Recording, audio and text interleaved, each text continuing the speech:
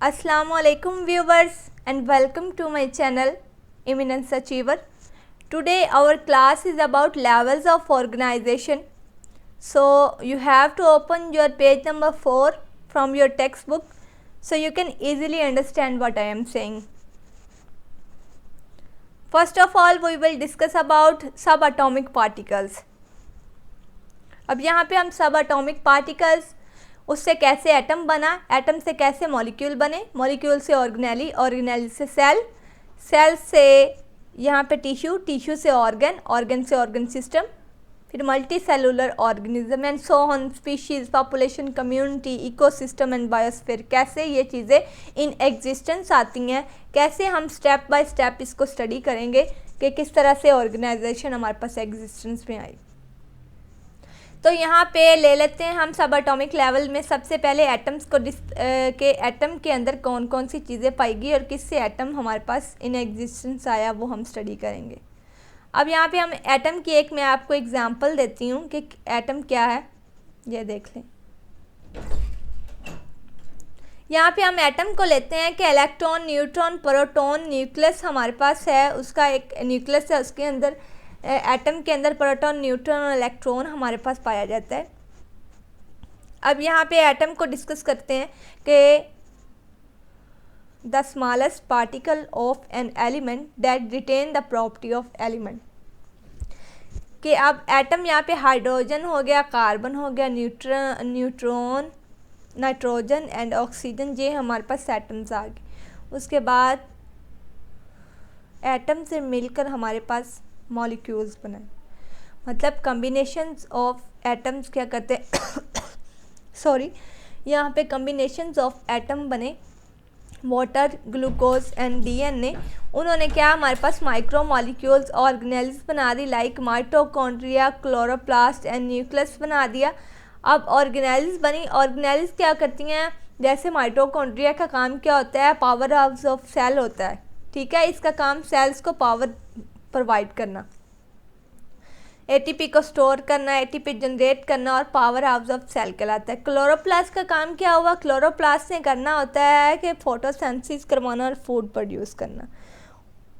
उसी तरह से इन माइक्रो मॉलिक्यूल्स ने मिलकर एटम से माइक्रो मॉलिक्यूल्स बने और मैक्रो मॉलिक्यूल्स बने, लाइक मैक्रो मीन बड़े मॉलिक्यूल्स और माइक्रो मीन छोटे मॉलिक्यूल्स, ठीक है। वाटर हो गया हमारे पास, वाटर माइक्रो मॉलिक्यूल्स की कैटेगरी में आता है और जो डीएनए है वो हमारे पास मैक्रो मॉलिक्यूल्स की जो कैटेगरी में आता है।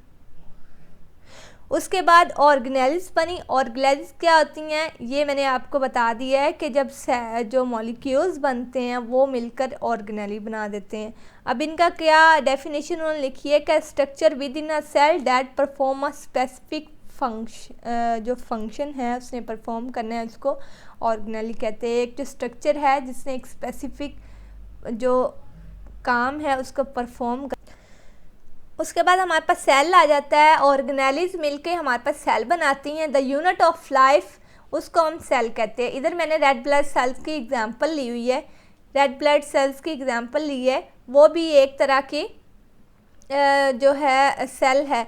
और इधर उन्होंने नर्व सेल की एग्जांपल ली है। मैं आपको डिफरेंट 2 टाइप्स की एग्जांपल्स बताऊंगी ताकि आपको समझने में जो ईज फील हो।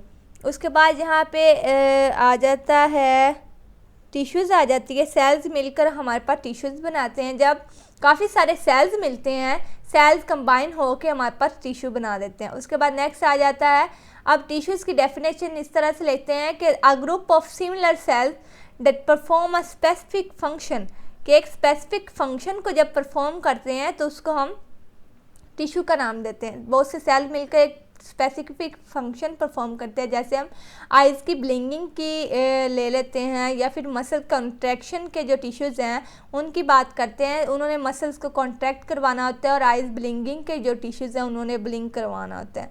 अब ये हर टिश्यू का काम जो है वो उनके ऊपर होता है कि वो कौन सा टिश्यू किस काम के लिए अल्लाह ताला ने बनाया हुआ है। उसके बाद ऑर्गन आगे, ऑर्गन में आ जाता है। यहाँ पे उन्होंने एग्जांपल ब्रेन की दी हुई है। जब बहुत से टिश्यूज़ मिलते हैं तो वो हम ऑर्गन को क्रिएट करते हैं। तो ऑर्गन का क्या होता है, structure normally composed of several tissues type that form a functional unit, कि जब बहुत से टिश्यूज़ मिलते हैं, टिश्यूज़ कंपोज होते हैं और वो सेवरल टिश्यूज़ जो कंपोज, बहुत से टिश्यूज़ कंपोज होकर एक जो फंक्शनल यूनिट को परफॉर्म करते हैं, एक जो बड़ा काम है उसको परफॉर्म करते हैं, जैसे कि ब्रेन है। अब नर्व टिश्यूज़ मिलने के बाद उन्होंने क्या बना दिया, ब्रेन बना दिया हमारे पास। उसके बाद ऑर्गन सिस्टम आ गया, कि ऑर्गन सिस्टम किस तरह से बना, स्पाइनल कॉर्ड और ब्रेन जब मिला तो उन्होंने क्या बना दिया हमारे पास, एक ऑर्गन सिस्टम। तो 2 और more organs working together in the execution of a specific body function. जब 2 और मोर ऑर्गन्स वर्क करते इकट्ठे और क्या बना देते, एक स्पेसिफिक फंक्शन बॉडी के अंदर परफॉर्म करते हैं, तो उसको हम क्या करते हैं, एक ऑर्गन सिस्टम का नाम दे देते हैं। ये सारे साइंसदानों ने हमें क्लासिफाई करके बता दिया है कि किस तरह से हम ऑर्गन लेवल तक पहुंच सकते हैं। उसके बाद मल्टी सेलुलर ऑर्गेनिज्म। अब जो ऑर्गन सिस्टम बन गया है तो उसने क्या करना है, एक मल्टी सेलुलर ऑर्गेनिज्म को बना देना है। वो मल्टी सेलुलर ऑर्गेनिज्म क्या है कि an individual living thing composed of many cell, कि एक लिविंग थिंग जो कि कंपोज होती है बहुत से सेल से मिलकर बनती है। अब जो यूनिट क्या है, यूनिट हमारे पास the unit of life is cell. तो अब जो सेल है उसने क्या हमारे पास बना दिया, एक मल्टी सेलुलर ऑर्गेनिज्म बना दिया। जिस तरह हम घर बनाते हैं तो उसका मेन यूनिट हमारे पास क्या आता है, ईंट आती है, ब्रिक होती है, उससे क्या बनता है, हमारा घर बनता है। तो एक मेन चीज़ होती है जो बैकबोन का यहाँ पे इम्पोर्टेंट रोल प्ले कर रहा होता है। तो इधर हमारे पास क्या है, सेल। ठीक है, अब यहाँ पे एक हम एग्जांपल लेते हैं स्टेज की। हम डेली स्टेज यूज़ करते हैं, हमने अपनी डेस्टिनी तक पहुँचना होता है, मतलब सीढ़ियाँ यूज़ करके अपनी मंजिल तक, अपनी छत पर हमने जाना है। तो हम स्टेप बाय स्टेप उन सीढ़ियों के ऊपर चढ़ेंगे, देन हम अपनी डेस्टिनेशन की तरफ पहुँचते हैं। तो इस तरह से हम लेवल्स ऑफ ऑर्गेनाइजेशन को समझने के लिए हम स्टेप बाय स्टेप उसकी जो लेवल्स को समझेंगे कि किस तरह से एक ये बिग लेवल था, अब ये एक बिग लेवल की तरफ चला जाएगा। अब मल्टी सेलुलर ऑर्गेनिज्म बना, तो मल्टी सेलुलर ऑर्गेनिज्म एक उसको कहेंगे, पीछे हमने फर्स्ट लेक्चर में ये डिस्कस किया था कि जो मल्टी सेलुलर ऑर्गेनिज्म या लिविंग ऑर्गेनिज्म हम उसको कहेंगे जो कि इंटरब्रीड कर सके, अपनी जो है कॉम्प्लेक्स आइडेंटिटीज़ रखता हो, उसके बाद टेम्परेचर के साथ अपने आप को फ्लक्चुएट कर सकता हो, internal and external environmental factor उस पर असर करते हैं और फिर भी उसको वो बेयर करता है और कॉम्प्लेक्स स्ट्रक्चर उसके पास है। और साथ में क्या है, वो एनर्जी को और ग्रो इन साइज और respond in change in their environment है। ठीक है, तो केमिकल चेंजेस उसके अंदर, अब स्पीशीज़ उसके अंदर आते हैं और वो एक उसके अंदर करैक्टरिस्टिक्स ये भी थी कि वो आपस में इंटरब्रीड कर सकें और प्रोड्यूस सिमिलर ऑफ स्प्रिंग, अपने जैसे बच्चे पैदा कर सके। अब स्पीशीज़ की डेफिनेशन दी वो है very similar potentially interbreeding organism, के मैंने आपको बताया था वो स्पीशीज़ जो वो ऑर्गेनिज्म जो आपस में इंटरब्रीड कर सकते हैं और produce of spring like them self, और अपने जैसे बच्चे पैदा कर सकें, उसे हम क्या कहते हैं, स्पीशीज़ कहते हैं। नेक्स्ट आ जाता है हमारे पास पॉपुलेशन। जब स्पीशीज़ मिलती हैं वो एक जगह पे, इधर हम ह्यूमंस की भी एग्जांपल ले सकते हैं मल्टी सेलुलर ऑर्गेनिज्म में। अब स्पीशीज़ में ह्यूमंस भी स्पीशीज़ में ही आते हैं। देन ये जब एक पॉपुलेशन हमारे पास आ जाती है, ह्यूमंस की पॉपुलेशन ले लो, मंकीज़ की पॉपुलेशन ले लो, जब ये इकट्ठे एक ही जगह पे मिले तो उसको हम पॉपुलेशन का नाम देते हैं। Members of one species inhibiting the same area, के एक ही जगह पे जब पाए जाएंगे, एक स्पीशीज़ के जो मेंबर्स हैं वो एक ही जगह पे एट द सेम टाइम पाए जाएं एक जैसे, तो उनको हम पॉपुलेशन का नाम देते हैं। देन आ जाता है कम्युनिटी। कम्युनिटी क्या होती है, 2 और मोर पॉपुलेशन जब डिफरेंट स्पीशीज़ के साथ मिलकर रहती हैं तो उसको हम क्या कहते हैं, living and interacting in the same area.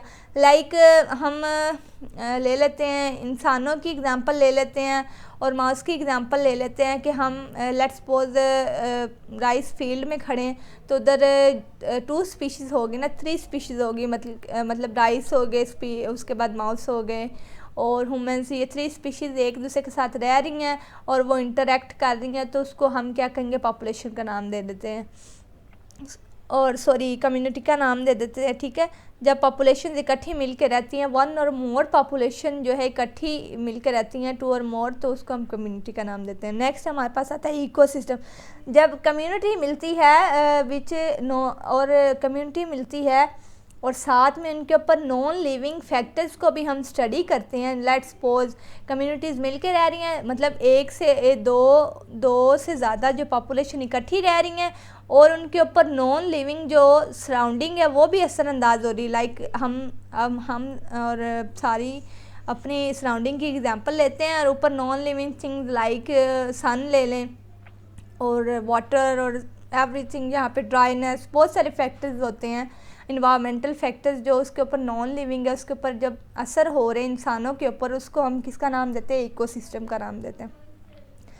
जब हम सब को स्टडी करते हैं, स्टडी करने के बाद जब एंड लेवल है वो बायोस्फीयर पे जाता है। ठीक है, कि the part of earth inhibited by living organism include both the living and the non living components, के वो चीज़ जहाँ पे ये सारा कुछ ही पाया जाता है, नॉन लिविंग और लिविंग ऑर्गेनिज्म, उससे बाहर की जो खला, बायोस्फीयर का नाम, लेट्स सपोज उधर, मतलब ऐसी जगह जहाँ पे ज़िंदगी पाई जाती हो उसको बायोस्फीयर कहते हैं, मतलब नॉन लिविंग और लिविंग दोनों इकट्ठे हुए। उसके बाद यहाँ पे मैंने जैसे कि स्पाइनल कॉर्ड की, इधर आप एग्जांपल ले सकते हैं कि स्पाइनल कॉर्ड क्या है, ब्रेन है, उसने स्पाइनल कॉर्ड के साथ जो है किया हुआ है, इंटरेक्ट किया हुआ है, तो कनेक्शन के ज़रिए ये हमारी पूरी बॉडी के साथ जो इंटरेक्ट किया और इस तरह से एक जो है ऑर्गेनिज़म हमारे पास वजूद में आया। ठीक है, I hope so you all understand my lecture.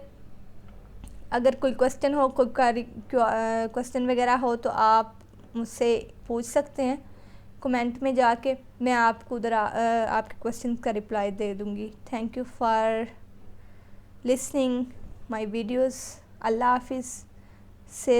से